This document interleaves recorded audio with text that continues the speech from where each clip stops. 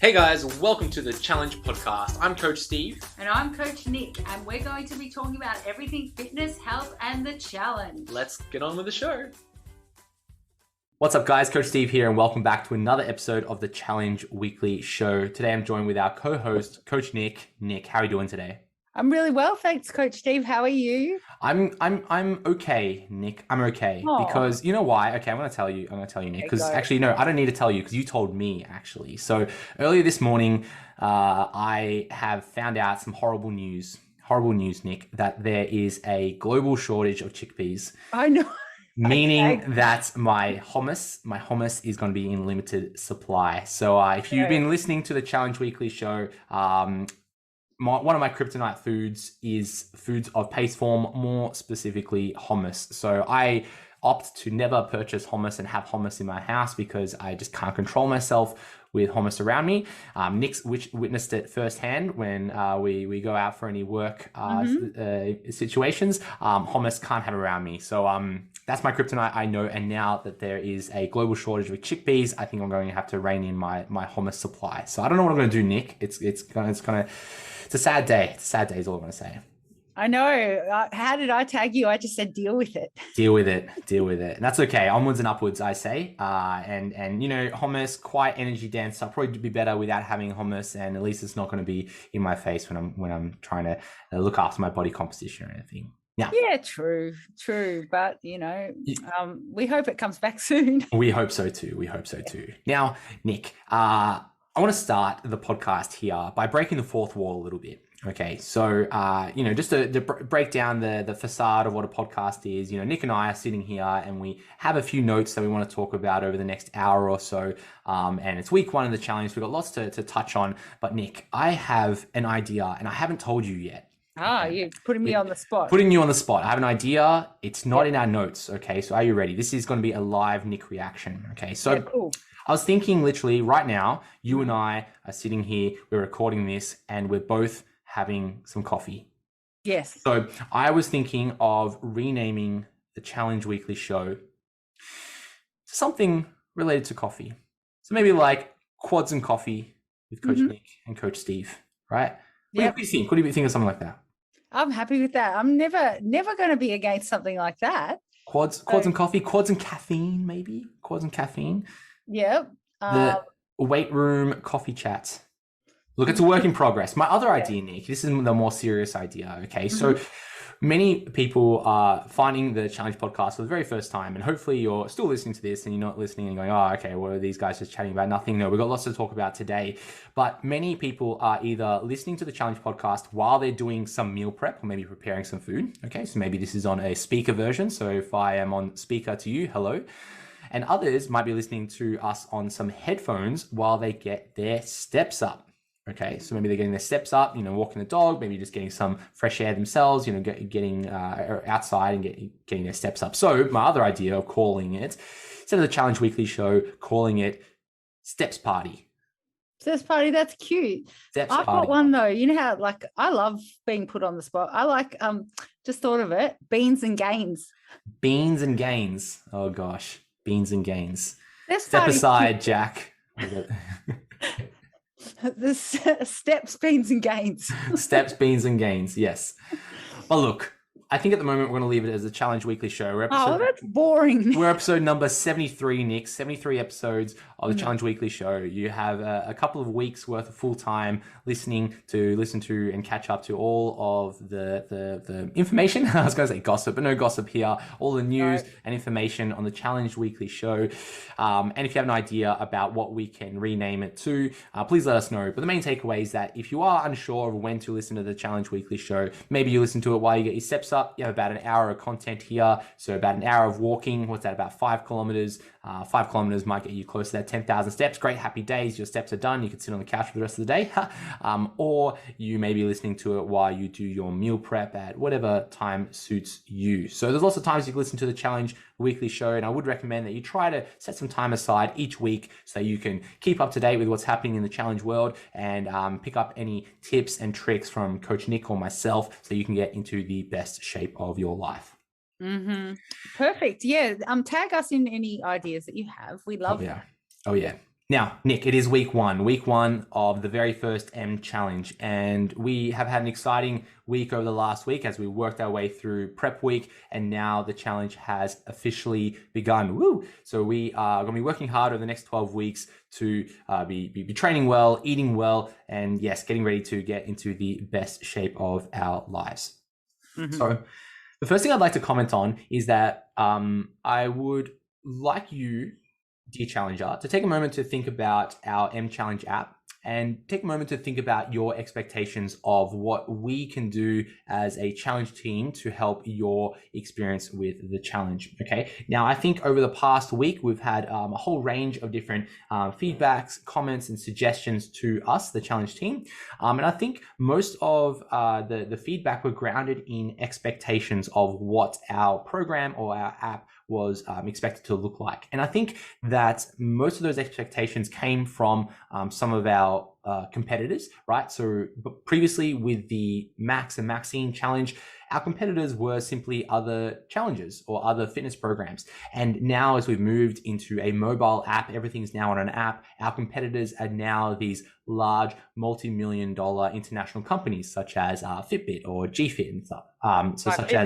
Fitness Pal, that one, yeah. Or GFit and all these other, massive companies who have huge tech teams that work on them. And the reality here is that we are a small company. We are based out of Melbourne, Victoria, in Australia. So our coaching team is Nick and myself. Our admin team is about 3 or 4 people. And, our company is supported by the Max and Maxine supplement companies. Okay. So we're a very small company and our dev team is made up of 3 or 4 people or so. So very small team. And we simply can't compete with these larger companies. I'm being really real here. So if you're coming into the challenge expecting all these really massive, amazing features that some of our competitors have, and we can't deliver those features right now, first thing I want to say is I apologize. Okay, these are some great features that we are being requested over the past week that I'd love to be able to give it to you right now. But the reality is that it might take some time for those features to be implemented. Now, I think the beauty of having a small team here, Nick, is that we do listen. We listen and we want to help you as much as we can. And if you were to interact on places like our Facebook social hub or the forum or email our admin support team, most of those comments come directly to Nick or myself. So we have a very strong understanding of what you would like the M Challenge to become. But look, Nick and I are fitness people. The people that run the challenge are fitness people. And a big part of fitness and your fitness journey is to look for ways to improve and to take on any comments or criticism or feedback. And, Nick and I have both worked with other coaches or trainers and other professionals to help improve our own fitness journey. And that gets transported over to our professional worlds. So if you think that the challenge right now is what it's going to be in the future, think again, right? Based on our fitness experience into the professional environment, this app is something that is going to develop and grow over time and improve, just like, Coach Nick's physique, just like my squat, just like our training experiences, and just like our challenge team. So take a moment just to think about your expectations of what we can do as a team to help you. And then take a moment to just think about what we can realistically provide you. And if I'm being really real here again for a moment, the challenge is ultimately a competition. It's a body transformation competition. We provide you with some advice around a training plan. We provide some advice around a nutrition plan, and we offer coaching support. And there are some expectations of what the app can provide, which is simply outside of the scope of what we can offer you right now.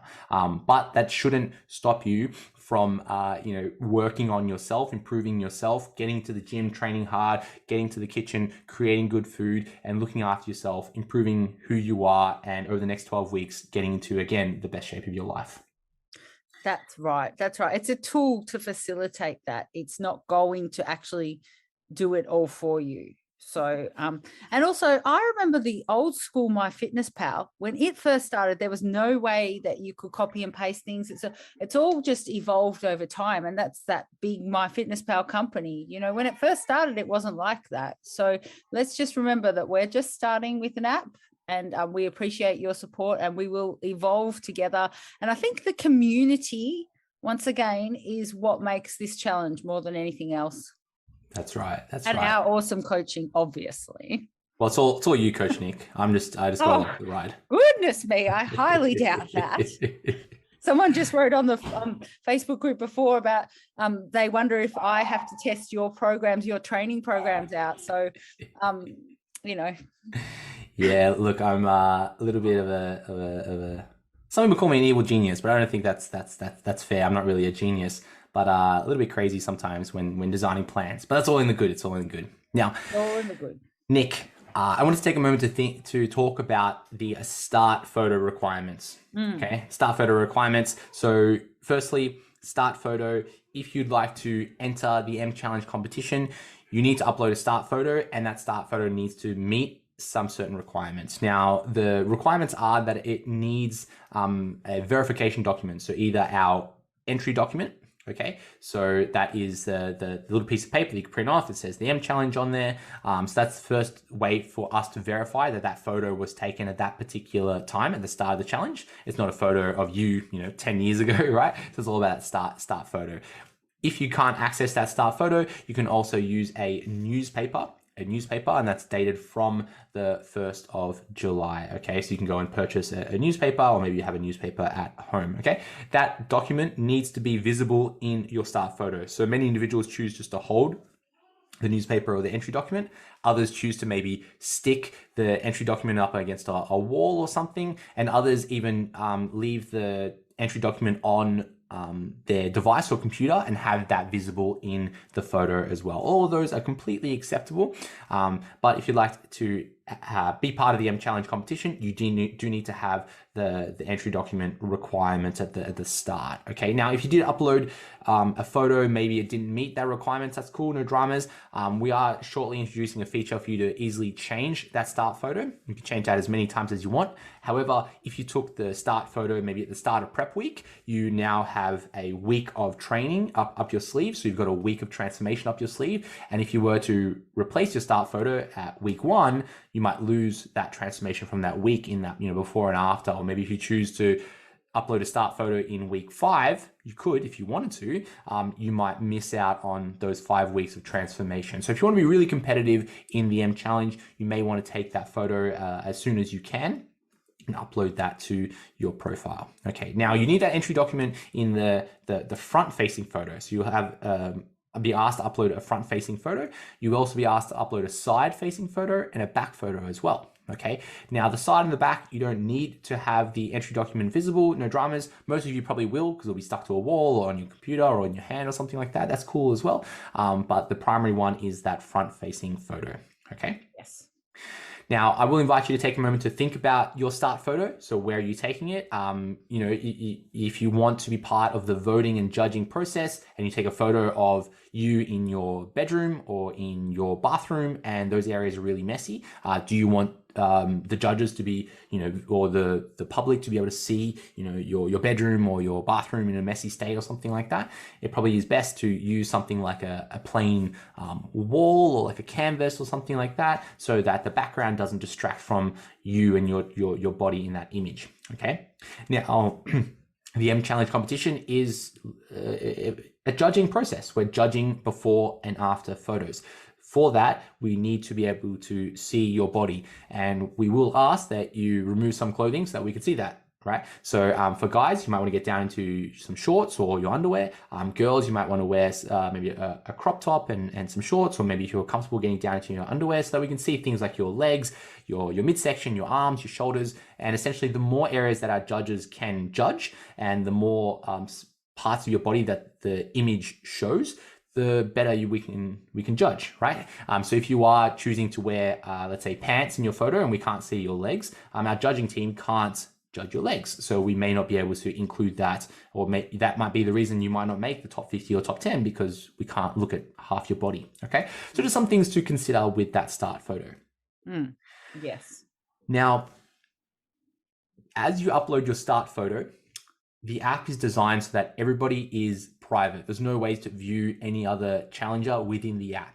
If you go and post your start photo on social medias, other people could see that start photo, okay? But within the app, everybody is private. You can't see each other within the app. you can see each other's like profile picture, which is different to your start photo. So in the forum, if you ask a question, you could see your photo that you decide to upload there. There could be you smiling, or maybe a picture of your dog or something like that, or even just an emoji, whatever it is, that is visible, but your start photo is not, okay? Up until week 12. Week 12 is when you can opt in to the voting and judging process. And if you want to be eligible for the M Challenge competition, you do need to be public, meaning that people can see your photos, see your before and after, so that we can view your photos.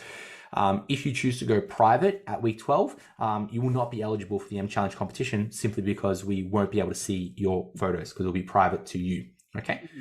Now, as the challenge progresses, the last thing I want to say is that at week 4 and week 8, you'll be asked to upload a progress photo to your profile in the app. You do not need the entry document or the completion document or a newspaper or anything like that for the week 4 or the week 8 check-in photos. Okay, that is simply a progress photo. That is different to uploading any photos to your journal. Your journal, again, is a private thing. Only you can see your journal, and that's different to uploading your photo within your profile. Okay, when we get closer to week 12, we'll have more information about your completion photo, your completion document, all those things. But these are just the starting point of what we can think about with our start photo. Okay. Yes. Now, Nick, the last thing I want to say is, touching on my point before I made about, our expectations. If you're currently thinking that this app would be really good if it had this feature, or if there's a certain part of the app that you think is a little bit, clunky or doesn't work well, we want to know these things, okay? So I want you to have freedom to contact us either via our support email, so support@mchallenge.com.au, or via the forum. And, you can give us any feedback or comments or suggestions or any features that you would like to see. In our Facebook social hub, I have made a post that I'd like you to go and check out, where I've put a whole bunch of features that we are thinking about and putting in the pipeline, and made it open for individuals to add features that they would like, and then add it so that it's a poll so you can vote for it. So if you haven't already, go to our Facebook social hub. You'll see this post actually pinned in the featured section. So at the very top of the group, and there you can actually vote. You can cast your vote on what feature you would like to see first, or what you would like us to prioritize. And you can also add ideas for features, and other people can vote for that feature as well. Okay, so there's a few ways that you can contact us for giving us feedback. And also within that post in the Facebook group, there is a link to an anonymous feedback form. So if you'd like to be anonymous and maybe give us a little bit of feedback that you might not want other people to see, that's cool as well. We'll take it. We've got thick skins, and you can post that as well anonymously via a link as well. So lots happening this phase of the challenge, Nick. Many of us just getting on with our training plan, nutrition plan. Many of us, rethinking or challenging our own beliefs around training and nutrition. And many of us, challenging our environments and our lifestyles, rethinking the way that we look at food, rethinking our, habits and routines, maybe having those tough conversations with family and friends, being like, hey, I want to do this, can you help me? Or, talking to your partner saying, hey, I want to go and train at 6 o'clock in the morning. Can you look after the kids in the morning so I can go and do this thing? Or maybe speaking to your colleagues at work, being like, oh, can we get a fridge at work? Because I want to put my meal prep in the fridge. So many of us, going through really individual challenges within the challenge, because that's ultimately what the challenge is, right? For some of us, the challenge is adherence to a training plan. Others is a challenge around adherence to nutrition. For some of us, the challenge is, getting out of bed in the morning. And for some, the challenge is finding time to get to the gym because we have a million things going on in our life. And whatever challenge you're facing, that's cool. That's part of the challenge. It's about overcoming that, finding a way to get over it. And if you need any help at any time, Coach Nick and I are basically living on the forum at the moment, where we can offer our coaching advice, or the best advice that we can give you on the forum. So please reach out to us there. Definitely. And just have a scroll on the forum too, because sometimes the questions that you have already been answered, so you can get an immediate response, like within a second, because it's already on there. Oh, yeah. There are some very common questions. So just have a bit of a scroll and just double check. That's right. I would say the scroll, or you can use the search box. Oh, yeah, that's true. Yeah, or you can look at some of the tags. So if you have some questions around maybe nutrition, you can click that nutrition tag, and you might see a few other posts around nutrition as well. Okay. Nick, let's move on to our next segment in the Challenge Weekly show, where we want to highlight some of our community members. So Nick and I go through and we just grab a few posts from our Facebook social hub, maybe from the forum, or maybe from Instagram. Okay. So Nick, I know you found a couple this week. So take us away. Who would you like to highlight in the community highlights? All right. So the first one is Haley Thomas. So Haley, I know you'll be listening while you're walking to this because it's one of your regular listens. So hi, how are you? I hope you're well. So Haley says, maybe that's the key. Maybe you need to eat more generic food to achieve your goals. As someone that previously came second in the challenge, I couldn't believe how much food I was able to eat and still lose weight whilst maintaining muscle.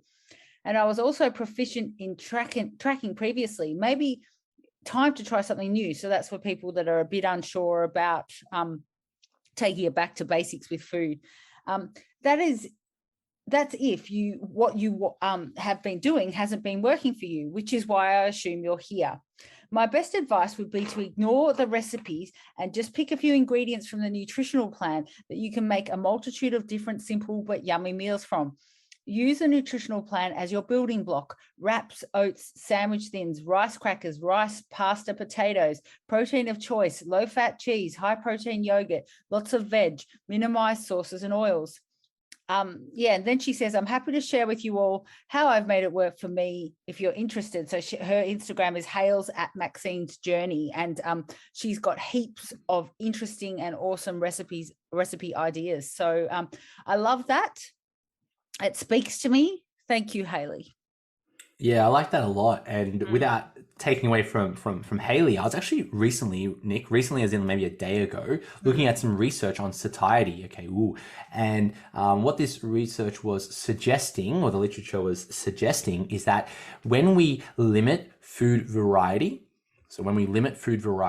we get an increase in satiety. Okay, satiety meaning like how satisfied we are after we've consumed food, or how full we feel. And there was a correlation with when we choose to have, maybe like 2 ingredients in a meal. So like Haley said, maybe building blocks. So maybe you've chosen to have a wrap with maybe a serving of protein. So let's say some chicken, and then maybe some like a salad mix, right? So that's 3 ingredients.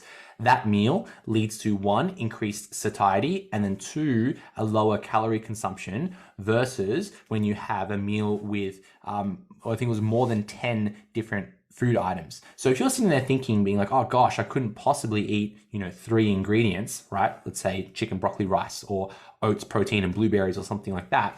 There's a reason why we program it that way, because it leads you feeling full, and then eating fewer calories, versus if you choose to go down a recipe pathway when you're having lots of different food items, lots of different flavors, which leads to a risk of overconsumption of calories. Okay, so going back to the community highlights, I really love this from Haley. Really highlighted that idea of building blocks, and then bringing it back to basics and making it work for you. Yeah, exactly. And I think also when you're first learning about it, it's good to make it pretty small, and then once you learn about all the building blocks, then you can kind of start to expand a little bit. It's sort of like driving a car. You don't start with a Ferrari. You start with something that's fairly simple to drive, and then once you get there, you get to your Ferrari. I'm not up to the Ferrari yet. I don't know about you. I haven't seen it, but we're getting there. Yeah, one day. Maybe not a Ferrari for me. I'm a bit of a Tesla fan. I want to go, instead of going vroom, I want to go. I think that's probably a good idea, to be honest. I think that's also sensible Steve's idea. Sensible Steve's, yes. Yeah, I don't think your Ferrari is a good idea. Not yet, Nick. No. All right. So the next one I've got is my friend Lakshmi Kandia. Now, Lakshmi joins us from overseas. I can't remember exactly where. She might be Canada. Can't remember. But Lakshmi's awesome, because Lakshmi says, basically, Lakshmi's never been told before that that she'll be excellent. So I told her she's going to be excellent. So she was really excited. Sometimes all you need to do is be kind to people. So, and she just said, first breakfast on the nutrition plan: oatmeal, apple, and cinnamon. vegan protein, strawberries, and mint. Let's do this. Thank you to everybody for the kindness, encouragement, and inspiration. So really, to me, I love this one because it's just the essence of our group and what we all need to go back to when we're having doubtful moments. Yeah, I like that. Just bringing it back to basics of just being kind to one another. We're all on our own journey, and we're here to inspire each other. So great job, Lakshmi. Like if you're really, really good at macros and everything, and you tell everyone all the time, and you go, I'm good at this, and I don't know why we're not all doing this. Sometimes you've got to remember, it's like, I love squatting, and I'm getting better at squatting, but I've got to remember also that some people don't, and not everybody has to, and everybody's on their different journey, and some people love running and some people love doing other things. So let's all have compassion, because ultimately we're all doing, we've all got the same intentions. So there's my little lecture. Love it. All right. I feel like I'm talking to my kids.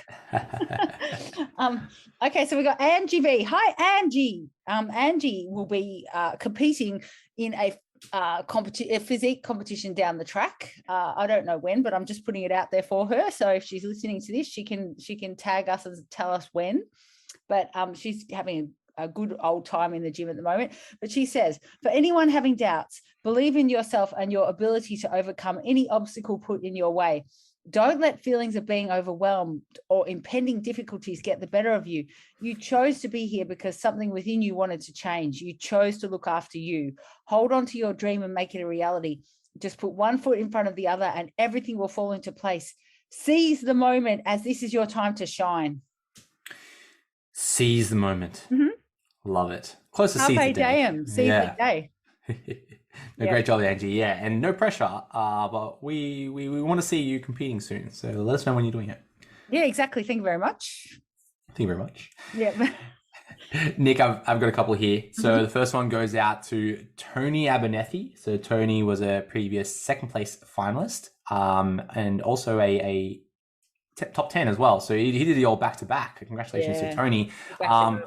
But I think poor Tony maybe had to take some time off away from fitness. He had a few challenges within his own life, but he's back. So he writes, up at 4, food and clothes sorted last night, workout done, getting half of my 10,000 steps in, walking to work. Whilst most normal people sleep, but that's okay. We are not normal, and this is my lane, and I love this $T.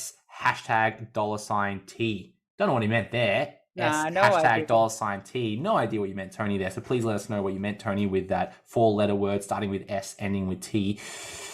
Whatever your goal is, time to get up and go after it. I love that, Tony. A little bit of short and sweet, a little bit of motivation, and he's getting it done up at 4 a.m. to get his training in, getting his food in, and he's all prepared from the night before. So Tony leading the way, showing us how it's done, and like you say, Nick, success leaves clues. So Tony, top 10 and a top 3 finalist.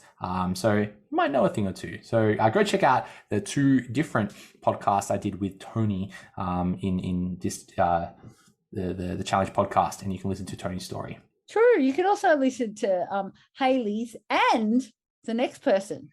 Yeah. So the next one here, we've got Jolene Elson, and I do need to apologize again for pronouncing Jolene's name wrong about 6 months ago. So Jolene, she's here. Hello. And Jolene writes, it's been 9 weeks since I finished my last challenge, and the results of my transformation are still present. I took my before photos today, and I'm pleased to see that all the everyday healthy habits I've learned during the challenge were easy to keep up post-challenge, and as a result, I'm weighing within 500 grams of when I finished the January challenge and feeling as strong, both of body and mind. I've not tracked nutrition during these 9 weeks, and I've trained on an average of 4 days per week, which is all maintainable during what has been an extremely busy period of work with long hours and travel away. If you're looking for results that are achievable and practical to maintain in the long term, then the M Challenge is for you. It's a little bit of a plug from Jolene, our previous and final Maxine's grand champion. But I think she's really highlighted there where, once you put in the work and once you get that change and once you maybe wrap your head around some of these habits, it does become easy, Nick. It does become easy where you can maintain the results that you've achieved while having just a minimum foundation of fitness and the fitness lifestyle. So Jolene, maybe not tracking her nutrition, but she's still training 4 days a week. She's still having these maybe fitness habits where she's focusing on her step count, maybe trying to get to sleep at a better time, managing her stress well, maybe trying to be physically active and maybe becoming more competent in the gym where she's getting a better stimulus onto muscle growth, and maybe eating a certain type of food that is different to before. So instead of dinner being a chicken parma with fried chips and cheese parma that sounds really tasty from like a pub, changing that to maybe like a grilled chicken with some air fried potatoes. So a small change in that meal where it drastically reduces the calories and still enjoying life. So Jolene's really highlighted that for us. So thank you, Jolene. Yeah, well done. And the final one here goes out to Tony Marie. Tony Marie, hello. And she writes, went to the doctor this morning as my girls and I aren't 100%. Upon my checkup, I was asked to check my weight so I can get the correct amount of antibiotics, etc. Stand on the scale, nervous as hell, knowing I'd gained. To hear the doctor say you weigh X amount, you need to lose X amount of weight to stay in my height and health. She writes, well, to say I was embarrassed was an understatement. Then I had to remind myself I have this next 12 weeks ahead of me to gain knowledge, to lose weight, build some strength again, and begin a new lifestyle. I also need to remember to be kind to myself. The last 12 months have been hell. I've battled my depression, Ramsay-Hunt syndrome, which has caused me long life trigeminal neuralgia, which is a condition across the face, which is really painful. Due to doctors not treating it correctly, my body has gone through a lot, but I'm still standing. I, for one, am excited for this journey and glad there is a supportive group behind me along the way. The main point of this post, Nick, is I wanted to highlight, Tony, we see you. We see you, Tony, and we're excited to see what you can do over the next 12 weeks. And I'm sorry to hear of your challenges over the past 12 months. I need to be real with you that the next 12 weeks are going to be tough. There'll be times that you want to give up. There's times that you want to binge eat. There'll be times that you don't want to go to the gym. There'll be times where you don't want to get your steps up. But it sounds like you've got a very strong motivation to do it for your girls and to look after yourself, because ultimately this can be a strong awakening, right? Where we kind of go, well, the lifestyle I was living isn't great for my health and it's not leading into a good trajectory for life. And maybe I just need to make some changes. So Tony, we see you, keep it up. 84 days, you can do it. And we're excited to see what you can do at the end of the challenge. Yeah, just keep checking in with us and just remember that doctor's thing, and you never want to be back there. So, that's what you've got to keep in your mind. That's your why. That's your why. Mm-hmm. Nick, let's move on to our next segment here, the Coach's Corner, where we offer our tip for the week. So Nick, take us away. What advice do you have for us? Well, I reckon that ours is fairly similar today, but I think, I think it's really timely. Just the idea of extreme and catastrophic thinking around beginning a fitness regime or around our bodies. So when I say catastrophic, I just mean all or nothing. I mean, making it absolutely extreme where everything is either terribly, terribly, terribly bad or terribly, terribly excellent. And I can tell you, and I know that you'll agree with me, we pretty much live somewhere in between all the time. We don't always, even if we've got it together, if you look at us and you go, oh, this person's lean, or they're strong, or they've got their meals prepared, or they seem together, it doesn't mean that you're always constantly excellent. There's always room for improvement. So I really want people to stop thinking that even saying stop thinking is probably quite extreme, to chill out a bit, because there's not one answer. There's not one singular answer. So if you are extreme and going, if I don't nail all of my macros, this whole challenge is gone for me. If my shopping list isn't working for me, this is gone. I am gone. This is not going to work. If my training program doesn't record something, these are all just different things that I've come across, in my travels in the last week or so. That is the end. That is the end of time for me. I said to somebody the other day, and this is really taking it back to basics, but if you've got your feet, a bed, and a fridge, you can do this challenge. Okay. Do you remember that do you remember that thing about if you've got a door handle, you've got a gym? You got a door, you got a gym. Randy Couture. That's right. I know the one. Now we want to add layers to this, and we want to make it so it is fancy and amazing and you have the best experience ever. But guess what? If you have some roadblocks along the way, it's okay as well. And you don't have to sort of go, I'm not going to do this until this happens. So you might go, this is a write-off for me because my macros aren't calculated. So you go, forget about it. I'm just going to forget about the calories altogether. You know, you go back to what you can do and you'll find that things will shift. So say with Jolene, for example, I know, because of having done the podcast with her, I know that what she changed to actually win the challenge was she didn't realize how much she wasn't walking in the meantime. Like, she was doing her training and things like that, but she just wasn't getting out and about. Now, walking is free. You know, walking you can do anytime. I know people are time poor, but you can break it up. You can do stuff. So walking's probably the freest, best thing that you can do. You know, least costly, and you can actually multitask. You can habit stack. You can listen to our podcast or someone else's podcast while you're doing it. You can make it kind of fun. You can hang out with a friend. So they're things that you can do.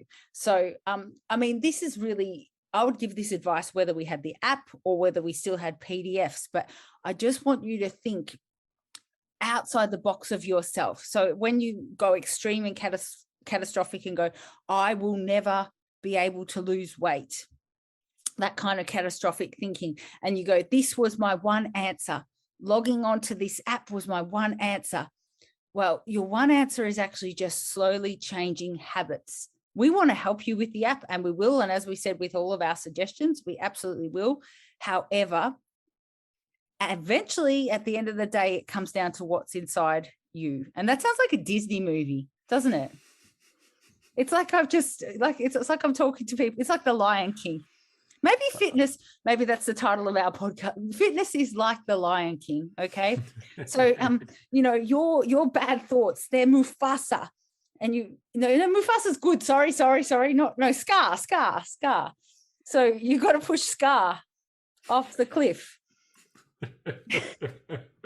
Oh, yeah. Gosh. And just also that the last thing I'll just say is that self-sabotage, and that happens to all of us. It's just an ingrained pattern where sometimes, you know, you think I'm almost on track too much. I don't deserve this, or there's something in you where you go, I can take a little bit of a break, or I deserve to do this, reward myself with that. And you have to really come back to what your actual goals are, because is it a reward or is it taking yourself back? So there's just a few things to think about that I've had bottled up in me while I've been answering all these questions that I just wanted to share with everybody.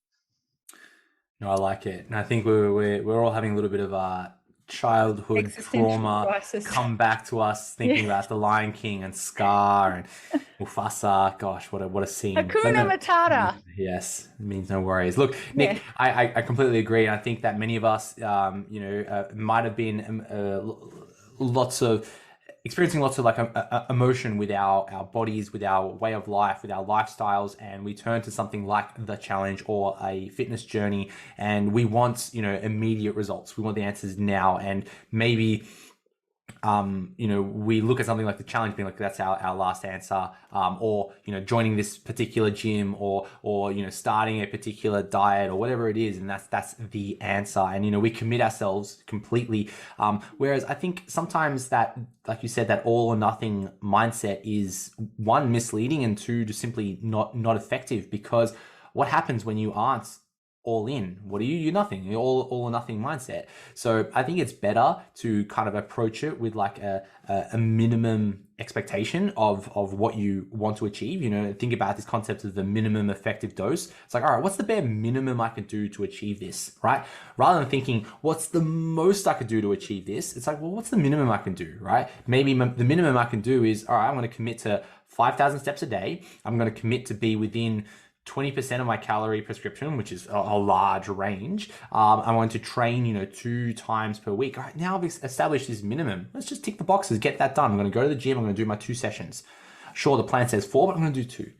I'm going to go and do my 5,000 steps. The plan says 10,000. I'm going to stick with my 5,000 because that's what I can commit to right now. And if you can commit to just the basics, and if you do more, great. If you do less, all right, let's work on building ourselves back up. But if you think that, all right, if I don't do, my 20,000 steps a day, I'm a failure. Well, look, you're gonna fail really quickly. And it is really a journey. It's thinking beyond this 12 weeks. And like what Jolene outlines to us, that sometimes those simple lifestyle changes is what makes it easy for us to maintain. And that's what things like, Nick and I have ingrained in our life, where we have lots of things going on, and sure, we love to train and we love to eat well, but we kind of maintain a base level of fitness and a base level of body composition without much effort, because it's what we do. It's our lifestyle.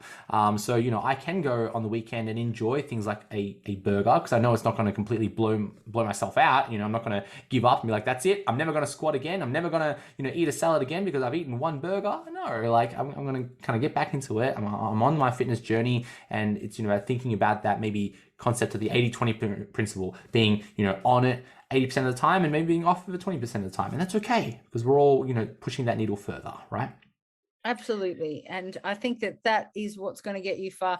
And yeah, just when you go, there's no cardio on the plan, I want to do it. My advice, if you're listening to this and you want to ask that question, is just do everything that is on the plan first. Just nail all of that, and then see how you feel about adding everything else. That's right. Like the same as I'd say to my kids, like, I know that you want dessert, but just eat everything else first. I love it. Mama Nick. Mama Nick. Yeah. Nick, I've got some advice this week, and it's on a similar vein of thinking about our emotions, okay? And it's a word of caution when mixing our emotions with numbers that we might not completely understand. Okay, and I want to start with a little analogy, and I'm going to talk about money, because we all deal with money. Okay, and we've all got a base understanding of money and a perceived value of money. Some of us may be more financially educated than others. Some of us have more money than others. Some of us have less money than others. And once you start thinking, do I have enough money, or am I rich enough? And you look at your bank account and you might have $100, or maybe $1,000, or maybe $10,000 in your bank account, or maybe $100,000 in your bank account. Maybe you own, 6 investment properties, or maybe you have $1 million sitting in your bank account, or whatever it is. Each one of us has a different perception of what it is to be rich, and a different appreciation of that value. Okay. Now, it's easy to look at our bank account and get upset when we don't have as much as we want to have, So I could sit here and look at old mate Jeff Bezos, right, or Elon Musk, and being like, those guys are rich, and I'm upset because I don't have billions of dollars, right? Even though realistically, I will never have billions of dollars with an S in my bank account, right? Because of the lifestyle that I live, and that's okay, because I don't need to have that. Okay, now, what does this have to do with the challenge? What does this have to do with our fitness journey? I want you to take a moment to think about the numbers and how we quantify our fitness progress, our fitness journey. And then if you have any emotional attachment to those numbers, and ask yourself, do I completely understand those numbers? And here are some examples. So the first one would be our body weight. Okay, you'll hear people spouting out things like, scales are for fish, and don't step on the scales, or the number on the scale does my head in, and all these really strong, powerful emotions linked with the number that's simply on the scale. And realistically, that number on the scales is simply our relationship with gravity at that point in time. It's a snapshot, and that can change a minute later when you drink some water, you're going to be heavier, or change a minute later when you go to the toilet and you'll be lighter. Okay. Now, does that mean that we completely ignore our body weight? No. Our body weight is a great way to measure our journey over time, because if you were to collect lots of data of your body weight changes, maybe you measure your body weight every single day, you average out your weekly average of that body weight, and then compare that weekly average to the next weekly average, that is great information about, am I successful with my strategy? Am I losing weight, or am I not losing weight? And do I have to try something different to make that change? Okay. Some of us are caught up at that first phase where we look at that number and you see that it says maybe 80 kilos, and you think, I'm yuck, 80 kilos. I can't believe I'm that heavy, right? And we're stuck on that number of 80 kilos. And you might think, well, I will be happy once I'm 65 kilos. And then you go through a process, you lose 10 kilos, congratulations, you get to 70 kilos and you go, well, no, I'm not happy until I'm 65 kilos. And you kind of go, well, you're 176 centimeters tall and you've got this much muscle on you. Like, do you realistically want to get to 65 kilos, or are you fixed on that number because maybe you weighed that much when you were in high school and that was when you met your partner and now you're really happy and that was a really happy moment in your life. But now you're in your 40s, you have 3 kids and you work full time and you've got 1,000 stresses in your life. Do you really like want to push to 65 kilos because it might make you happy, or could you be happy with the number that you are right now? So a word of caution about thinking about numbers that we might not completely understand, and take some time to reflect on those numbers. Other numbers to think about are, let's say, our calories. That's a big one. Some individuals get prescribed a calorie amount and they see, maybe 1,600 calories and they go, oh gosh, I can't possibly ever eat that much. I've only ever eaten 1,200 calories in my entire life. And to that, I, have a little chuckle inside. I'm like, I'm sorry, my dear, you've probably eaten 1,600 calories in one sitting, because many of us can do that without thinking much. You eat a tub of ice cream, you have a pizza, or, you have a meal from McDonald's. I'm sorry, like those calories can be quite high. That can be, 1,600 calories in one meal. So before we kind of spout our arms up in the air being like, oh, I can't possibly eat 1,600 calories. I can't possibly diet and only consume, 1,400 calories. Or you might see somebody else where they're prescribed 1,300 calories and you go, nah, that's too low. You need to have more. It's like, well, hold on. Like, you don't understand that person's situation. They might be 60 kilos and 145 centimeters tall, and that's what they need to lose weight. So you don't understand that number, and there's no need to place emotion into that person thinking that, oh, well, my number's wrong, okay? Think about those numbers. Calories, beyond that is our macros. Some of us, are really emotionally attached to our macros without even understanding what a protein is, what a carbohydrate is, what a fat does in our body, or understanding the role macros play in our body transformation competition endeavors, right? Beyond that are things like the weight on the bar. Some of us are really emotionally attached, being like, oh, well, I can't possibly ever squat 3 plates, 140 kilos, because, my back will blow out. Or, oh, no, I can't possibly, bicep curl that much. Or, the weight on the bar, I'm not good enough until I can deadlift 200 kilos because that guy does it. Again, that number on the bar is meaningless, and we shouldn't be putting emotion onto that number. Beyond that are things like our volume, so the amount of exercise. You might look at the plan and be like, 5 exercises, what the hell? I normally do 50 exercises in one workout. Like, this can't possibly work for me.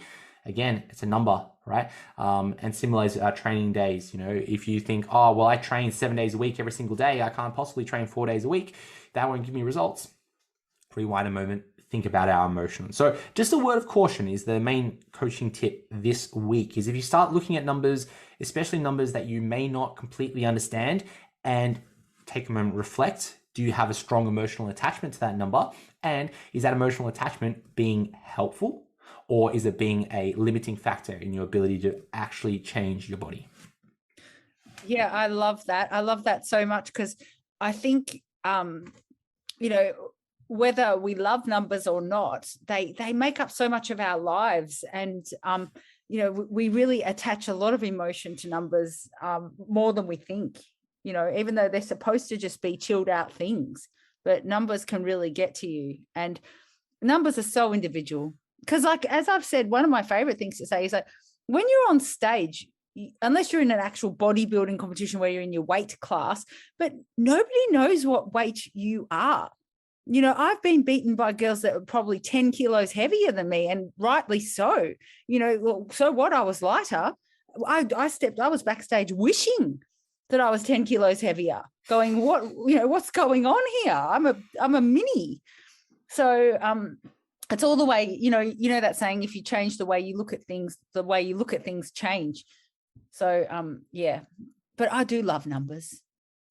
So yeah, you're right. Like the numbers, or quantifying a point, helps us with our decision-making process. And bringing it back to a financial goal, if your goal was to save up to buy a house, you want to know those numbers. You want to know exactly how much is in your bank account at what time, what bills are coming out, what income is coming in, and is there odd expenses that are coming out of my account that I don't know about?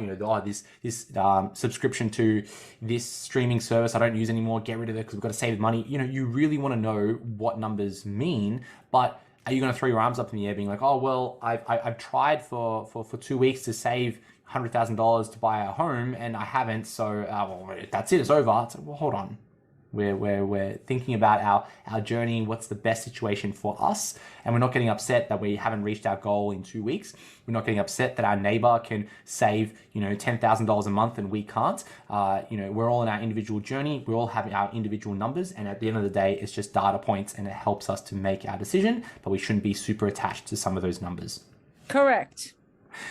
Nick, let's move on to our final segment here where we have our question and answers. So we've got some questions from our community, which we're going to talk about. So the first question here is maybe a bit of a culmination of a few different types of questions that we have been getting across our forum, across our Facebook social hub, even people emailing us or messaging us on social medias. And the easiest way to summarize this question is, how do I pimp up my meals?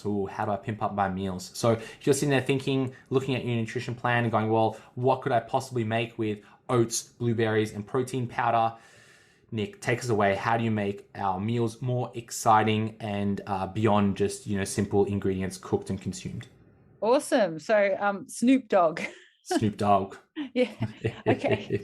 How do I pimp up my meals? Okay, so a good way is, I suppose, to add flavor that is not going to compromise the caloric value, because we often, associate flavor, rightly so, I suppose, with that kind of high fat, really palatable kind of stuff. Like if I speak to Shane about flavor, he will say creamy straight away. So like that's also a texture. So if we think about some ways to flavor, herbs and spices, they're free, as in they don't cost you any calories, and basically you can go into the supermarket and grab a whole bunch of them and you can try them out, and they really can give you a different flavor for every single protein. You can put a rosemary on a protein, or you could put a chili and or both and have a completely different experience. So I think that's a really good one. And then also what you can do is you can rethink like a traditional meal. So you can have your chicken, broccoli, rice in a container. That is sort of, if you have a concept of a meal, why isn't that a meal? I'm not too sure, as in that to me is a meal. So if you want to sort of put it together as something, I would think about those, I guess, lower calorie sources, no calorie sources. Also, yeah, just different combinations of veggies and protein that you can put in the air fryer. You can put, people say don't put salt, but I love a bit of salt. I love a bit of rock salt, got to say, And also the other thing is, if once you get sort of used to this, you can also use your spray olive oil, just a little bit of a light spray on it. That also helps to crisp things up. Now, obviously, scary, olive oil's got heaps and heaps of calories, but like a bit of a spray ain't going to go astray. That's what I think. Lemon juice is nice. Lime is nice. I sound like I'm a master chef. The other one is Dijon mustard. I have to say, that's a bit of a good one. Dijon mustard's very low calories. And then if you want to explore and start to track just a little bit, but you want that creaminess, my hot tip is a tzatziki dip. I know you and your dips, you're going to kill me, right? Yeah. But look, you just measure it out, and there's nothing wrong. I like to have a bit of chicken with a little bit of tzatziki dip. That's crazy. You're crazy. I know. Did I die? No. We want you to be able to do that. So yeah, they're just my little tips. And I eat chicken. I mean, maybe not always broccoli anymore, but like veggie, beans, rice, sweet potato all the time, and I am alive, well, and happy. I love it.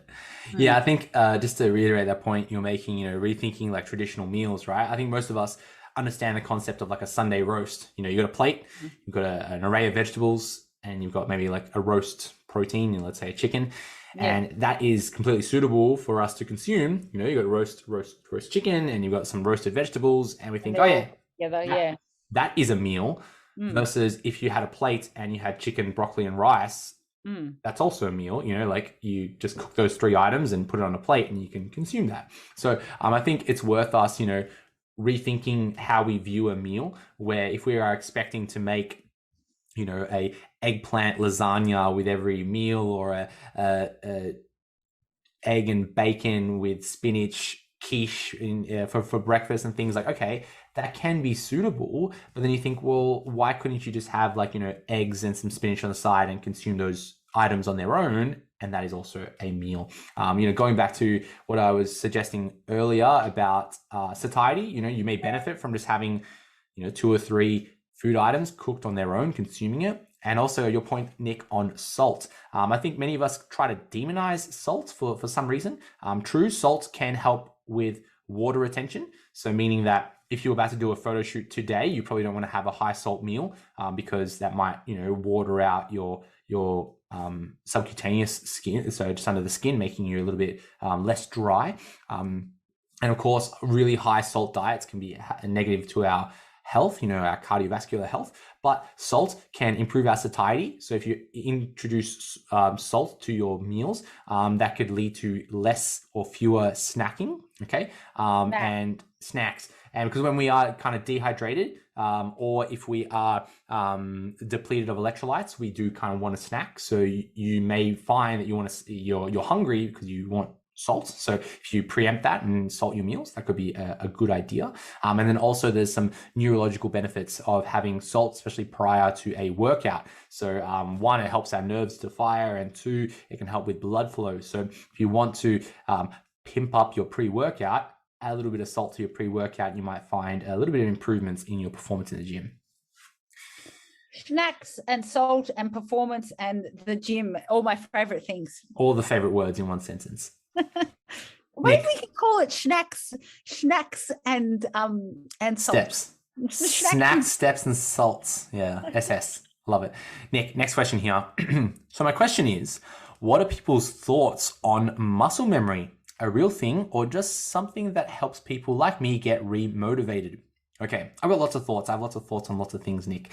So strap yourself in. We're going for a little bit of a ride, but I'll try to keep it short. Muscle memory, what is it? Now, to understand muscle memory, we need to kind of take ourselves back to a time when humans went through cycles of feast and famine. Okay, feast and famine. So take yourself to, you know, maybe caveman Steve, caveman Coach Nick, cavewoman Coach Nick, and there's times in maybe like the summertime when food is proliferant and we can feast on lots of food. And then there's times of famine, maybe through maybe like the winter time when there is less food around. So we are kind of going through a lower caloric intake. Okay. So what happens in our body is through this feasting cycle, we might naturally gain more weight. And then through this famine cycle, we might naturally decrease our body weight and cycle between those phases. Okay, so the human body, through evolution, has developed these concepts that we want to bounce back into these feast phases to gain weight as optimally as we can and restore our levels of fitness. So if you are coming out of like a winter hibernation and it's now summertime, you want to regain your fitness and your muscle as quickly as you can so you can start chasing gazelles and, you know, antelope and all the climbing trees to get the berries and all the fun stuff, right? So we've developed these systems where our, in a simple way, muscle remembers and wants to restore itself back to its fitness level it was prior, okay? What pathways does it take? Firstly, we need to understand the role that the nervous system plays with our muscle, okay? So firstly, when we train, when we're exercising, we strengthen our nerves literally from our brain into our muscle. And in that nerve, we develop this layer, it's actually fat. So it's a layer of fat around our nerves called myelin sheath, okay? So it's not body fat, but it's the tissue is actually a fat. And that myelin sheath actually makes our nerves travel faster and more effectively. So if you practiced, let's say, a squat and got really good at a squat, and then you didn't squat for 10 years, and you go back to a squat, okay, it might take you a week or two to kind of remember, but that nerve has developed, it still has that myelin sheath, and it can be quicker to remember that squat pattern, and the nerve firing to that muscle is stronger, okay? So that nerve is kind of like a hose. So as we make that hose like bigger, more water can kind of pass through it, so we get a bigger expression at the end of the hose where that muscle comes out, okay? Next is this motor learning type concept. So if you have gone and learned how to do a squat, so myself, I've spent lots of times squatting and deadlifting and doing exercises. If I took some time away from fitness and I come back to fitness, I would rapidly remember how to do those exercises to a standard that was similar to what it was prior. Okay, so, use like Coach Nick and I as an example. When I first was squatting, it wasn't an effective movement. I wasn't going a full range of motion. I wasn't able to balance myself through that load or even have the confidence to put load on my back to do a squat. If I took some time away from squatting, came back, I still remember those things. I remember how to balance myself through a squat. I remember like how it feels at the bottom of a squat. I know how to place the load on my back. So this motor learning is, makes the path of exercise quicker. Because a big part of training, especially in week one, will be simply learning and being comfortable with movement patterns. Okay, bicep curl, simple movement. We know how to do a bicep curl, bend our elbow, but over years and years and years of doing bicep curls, you get better at them. You get better at how to contract your bicep and squeeze it. You get better at how to isolate the bicep and not swing the weight and such. So motor learning plays a massive part in our ability to develop muscle, okay?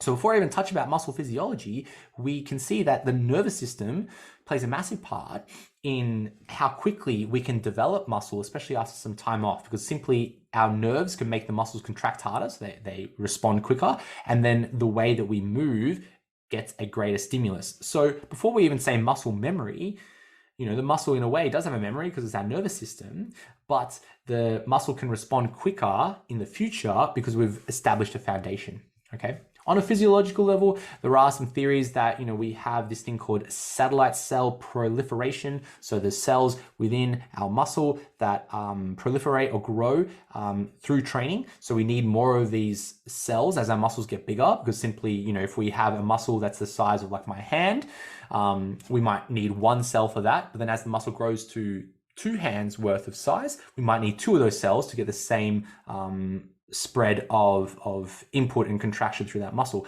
So if that muscle now returns back to the size of my hand, so we've gone from the size of my hand to 2 hands and then back to one size of my hand, we still have the same amount of these satellite cells that have grown. So then what happens is when we go back into bouts of exercise in the future, we don't need to proliferate these satellite cells, so the muscle literally remembers how to grow. Now, these concepts around the neurological response and then the physiological response are literally things that have been designed through evolution so that we can leave our famine state and return back to a feast state so that we can grow muscle as quickly as we can so that we can survive.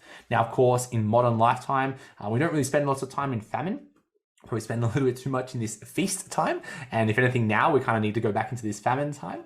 But the concepts of muscle growth are still the same, where if you have stepped away from fitness, your body will return back to those fitness states quicker than you did at the start. So in a nutshell, that's my thoughts on muscle memory. A little bit supported by science, a little bit supported by, theoretical ideas, but it is essentially a thing. And we do find that people grow muscle fastest when they are 1, a beginner, or 2, coming back to training after some time off. Let that be because, life got in the way, you don't exercise anymore. Maybe you've had an injury, so you couldn't actually exercise. But they're the 2 fastest ways to grow muscle. Unfortunately, people like Coach Nick and myself are in this state of the slowest rate of muscle growth, where we would love to gain, a kilo of muscle per year, whereas you might be able to grow a kilo of muscle in a month. So, enjoy these kind of what we call beginner gains, or newbie gains is what we like nickname it, because it's simply our body returning to this state of fitness that we might have missed out on prior. Okay. Sadness. One answer. Sadness. Yes. Sadness for us, but happiness for lots of people as well. Yes. Whew. Yep. I love questions like that. Nick. Yeah, you sure do. People probably did their 10,000 steps in that question. Just listening to that, yeah. Or I might have lost a few people where they're like, you've lost me at Mile and Sheath, Steve. Go back to that thing. Yeah. Okay. They might have fast forwarded it, but anyway, if they did, they're here. They're here now. Nick, look, next question here. Mm-hmm. And I don't know if it's more of a comment or a question, but we can turn it into a question. So the comment / question is, how am I meant to back up lower body today when I can't even sit on the toilet without using the walls from Monday? Send help. So Nick, let's talk a little bit about DOMs. So this person sounds like they trained on Monday and they're meant to train their legs again on this particular day, and their legs are still really sore. Yeah. What are they going to do? How can we manage DOMs? And should we exercise? Should we not? Talk us through it, Nick. Okay, so I'll just tell you a quick story about Shane. So Shane just started back at karate and he couldn't move at all, like for a couple of days. And Shane's solution was to send me to the internet to buy some compression long tights that he can wear underneath his gi. So I love online shopping, so I absolutely just complied with that and then got the equivalent for myself because I obviously of course. Yeah. So that's how we handled it in our household. But there are actually some probably less financially stressful ways to handle DOMs. So first of all, what causes muscle damage? Okay, so we've got 4 points here. One is volume. So your volume of training. The next one is proximity to failure. So I can kind of relate to this because I've been doing that. Not the pendulum squat, but the other one at Athleticon. It looks like the pendulum squat, but I've forgotten its name. That's swing. Yeah. Swing squat. Yeah. I've been doing that and it is crazy, absolutely crazy. So I'm getting all of this. The eccentric loading. So that's going down, the lowering of the weight. So I think it's because you have to naturally do that a little bit slower. So that's the bit. And on that particular squat, that's the best example because I'm telling you, it's a killer.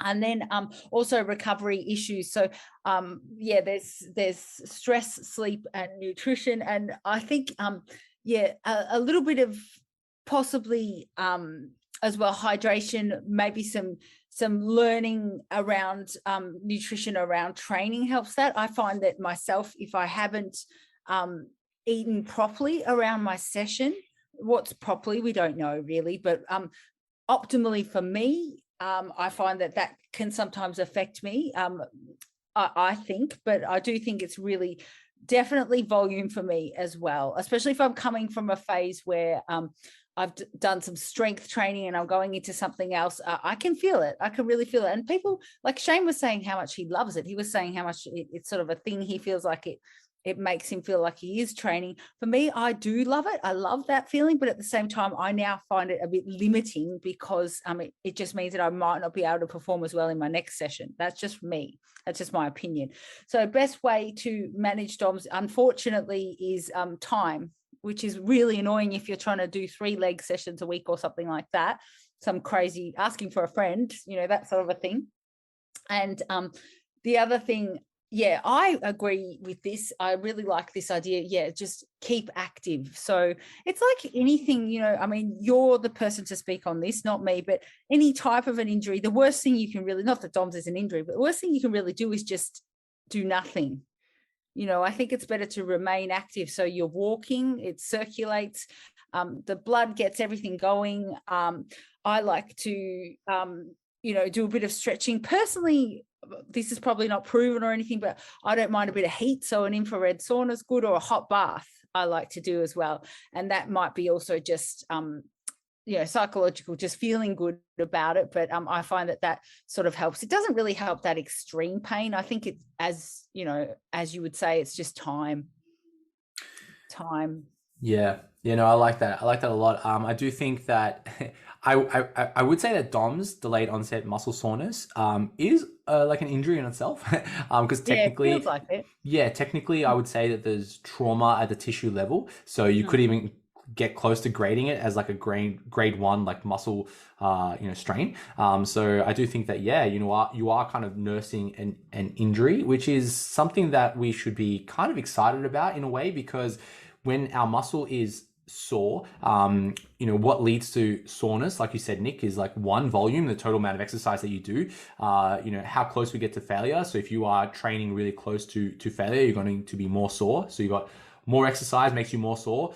Closer to failure makes you more sore. The eccentric portion, or the lowering or the lengthening phase of the muscle, that makes you more sore.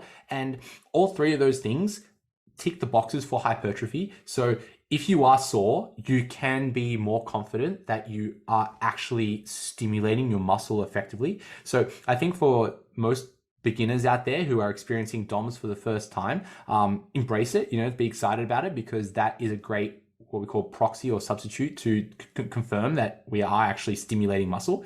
If you are more advanced and you haven't felt sore in a really long time, you may want to start scratching your head and thinking, well, am I doing enough volume? Should I do more exercise?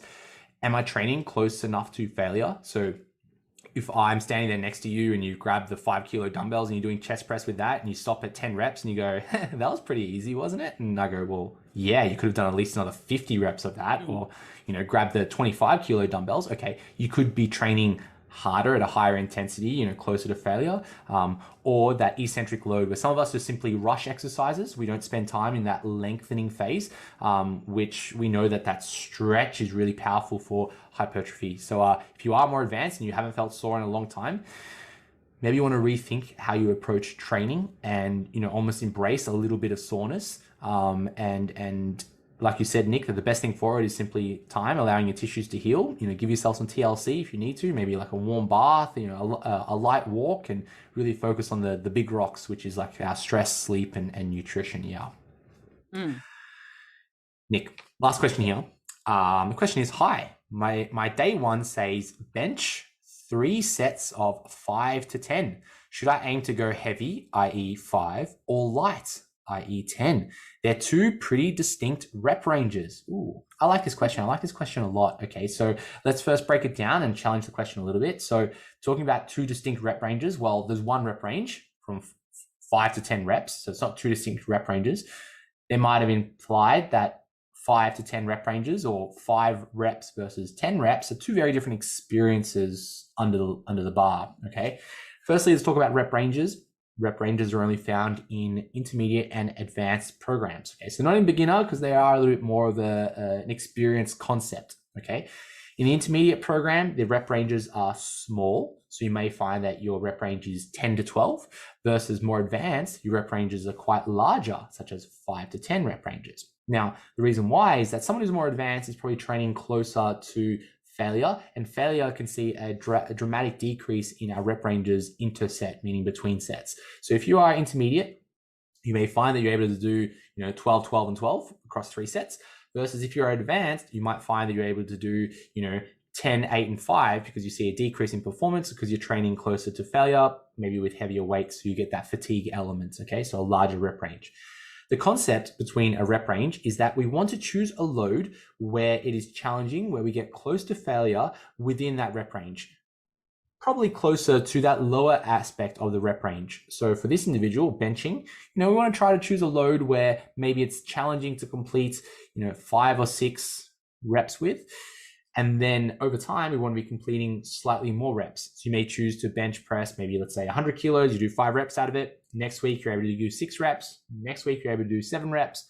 The week after, 8 reps. You keep going to maybe you're able to comfortably do 10 repetitions. If you comfortably do 10 repetitions at 100 kilos, great, you're a pretty good bencher.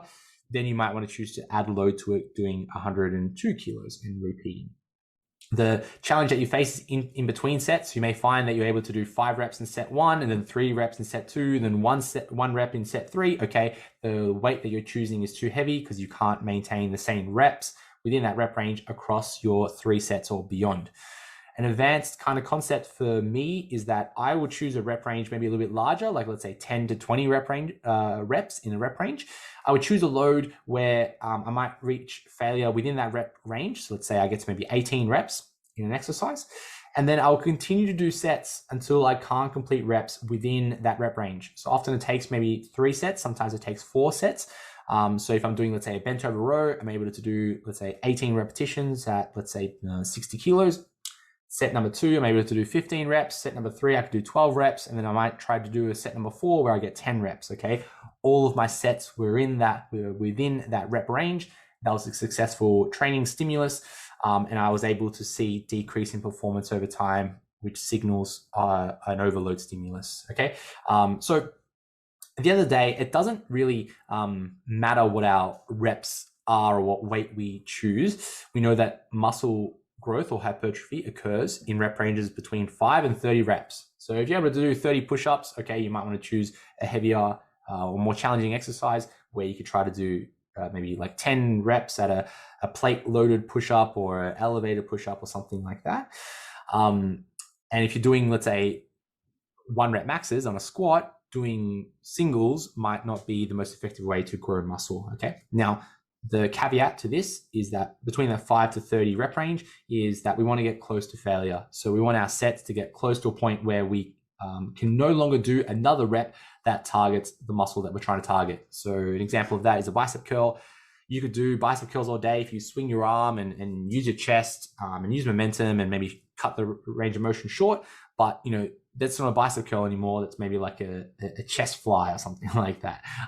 But if you do bicep curls that target the biceps, you may get to a point where you can no longer do bicep curls that target the biceps, but you can do more bicep curls that target the forearms and the chest and the shoulders, but that doesn't count. So we want to be reaching a point where we can no longer do another rep that targets that muscle, and that is an effective set, regardless of what weight we choose to use. Okay. But the main takeaway is that the rep ranges are an advanced concept. And if you're scratching your head at what rep ranges are, in the nicest way, maybe that level that you chose is a bit too advanced for you, and you may benefit from reducing the training experience until you get more comfortable with rep ranges, and then joining back on the advanced program. Perfect. Whew. Nick, we made it. We made it to the end of Challenge Weekly Show, episode number 73. Excellent. My brain has been regionally hypertrophied. Ooh, in one specific spot. I love it. Frontal lobe. Getting all the knowledge. I love it. Yeah. Now, if you've enjoyed this episode, check out our 72 other episodes of the Challenge Weekly Show. You'll learn lots of ideas and things about fitness, health, and everything in between. Yes, we'll catch you next week for episode number 74. But until then, train hard, eat well, and may your squats be deep. Yep. See you guys. Thank you. Thanks for tuning in, guys. If you like the show, share it with a friend. Or leave us a review on iTunes to spread the good word. See you next time.